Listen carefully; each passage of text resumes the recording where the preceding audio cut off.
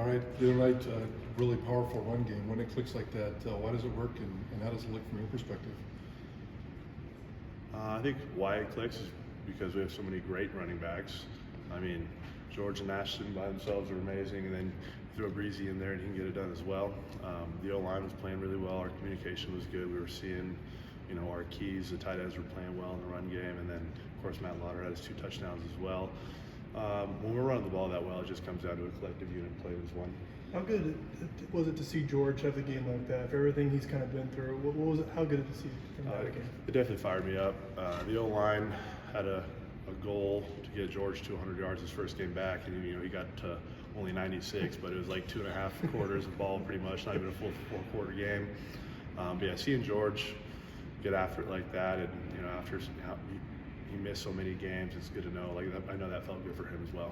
You guys you said the 200. Is that just something because of George and where he's been, and a goal and a record that not a record, but a goal that you wanted to reach the 200? Or you guys talked about it before? Did he know that too? Or? No, it was just something that we talked about. Just get him to 100. Just get him back rolling. I don't know. We like running the ball. Ashton got to 1,000, right? So it's just hitting those little landmarks is fun for us. George has had quite the trying year. What's it kind of say about him to just keep grinding, work his way back? What can you say about the year he's had after everything? Comes down to how good of a teammate he is, and how positive he could stay. Like that's tough. He's kind of dealt with some things, and it hasn't just been this season, like prior seasons as well. But there's definitely a level of mental grit that George has, within the game. Obviously, there's mental and physical toughness there, but outside of it, being able to stick with it and rehab and get back into the season for us. You talked about the offensive line being fired up and trying to do it for George and everybody, but it seemed like the whole team got a bump from the coaching change and Spencer's presence. And afterwards, it was pretty obvious what was going on. How did you see that going into the game from your perspective? Yeah, everybody loves Coach D, so we just wanted to do our part to do the best we can and be a part of success for him. He's done a really, really great job as interim, and we want him to be as successful as possible. We love that guy. So whatever we could do to help him have success, help the team have success, we're going to get it done. Spencer was telling us yesterday about the team watching that New Mexico game while you guys were getting off the plane. What was kind of the reaction, the environment like for you guys to get that good news? We were juiced. Coach D talks about always in the fight, stay in the fight, things like that. And seeing that happen was like the realization, like, wow, we are really still in this. Obviously, we have to play well this Friday to earn that right, but we're in a very good position to get that done, and we can still make a championship game, which is, that's on the board up there. It has been there since I showed up to this program.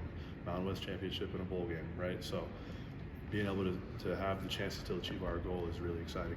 Given where you guys started, what does it say about this team that you guys are still in the race? Yeah, it comes back to we got a bunch of good dudes in this locker room that love each other. It's a tight-knit group. I can go and mess around and hang out with the DBs or whoever it may be. Like, there's not a single group that I'm like, oh, I don't really hang out with those guys. Like, it's just a solid locker room, bunch of good guys that want to win and love this place.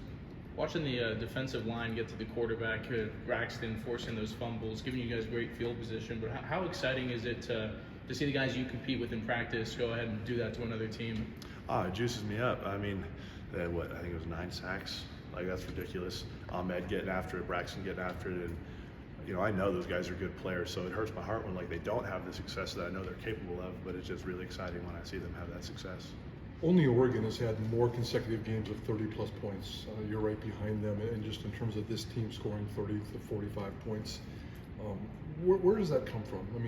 You guys have been in it all season long, and just I'm curious as to how you see it. One of the first things Coach Hamden talked about back in fall camp was consistency versus intensity, and there's a little graphic about these flames that are the same size, right? That's consistency versus intensity is like big flame, and then it kind of trickles off. Just being able to stay consistent, whether that's preparation in the film room, how we practice on the field, how we communicate, like that standard was set a very, very long time ago, and it's up to us to maintain that standard. You guys are like 12th in the country in sacks allowed, 8th in the country in rushing offense. How would you say the offensive line has played this season? We've played well at times. Like, we've kind of gotten off track. There's been times where it's like a whole quarter, like the offense hasn't really done a whole lot. So things like that show simply like we still have room to grow and still have room to improve. Football is never perfect, but if you just always shoot for perfection, like you'll achieve greatness. So that's kind of our goal there. I think, yeah, we're playing pretty well right now, and it's not just the line, like the tight ends are in the run game, the running backs are involved in the run game, like that's Talon carrying out fakes because of how they have to respect how, he can carry the ball well, right?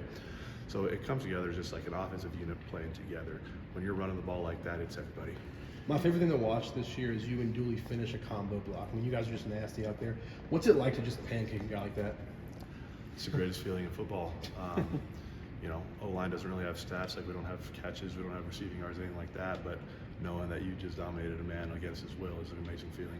You guys always talk about being consistent, but with the transition of the coaching change, with the Utah State win, with the news of the other teams winning and back in this race, I mean, do you feel like the last 10 days there's been an increase, kind of a little bump in terms of the intensity of what you guys feel? Yeah, I think so. It's just realizing that there's still a shot. Like, yeah, that brings the energy for sure. What does DJ Schramm make to this program?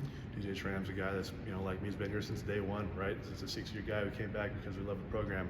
DJ's had his issues with, shoulders and whatnot, but he's just extremely tough and extremely gritty. Like, that's a guy I'd die for. Sorry if this has already been asked, but I mean, you've been here for 6 years. Friday is probably it for you in terms of home games. What does that mean to you? What are you gonna remember most about your career here? Always remember just like obviously the wins and things like that. But some of my favorite stuff is just locker room, hanging out with the boys, just being around the guys. Do you want to play football beyond this season? Have you thought about that? I haven't thought about it yet. Still got a lot to do this season and finish 2023 the right way, and then I'll figure that out when it comes. You still enjoying football? I love it. Healthy and the mind's ready to go. And Healthy as an offensive lineman can be this late in the season. Yeah. But if you can take care of your business, it's something that you will consider. Yes, it will. Yeah, I will.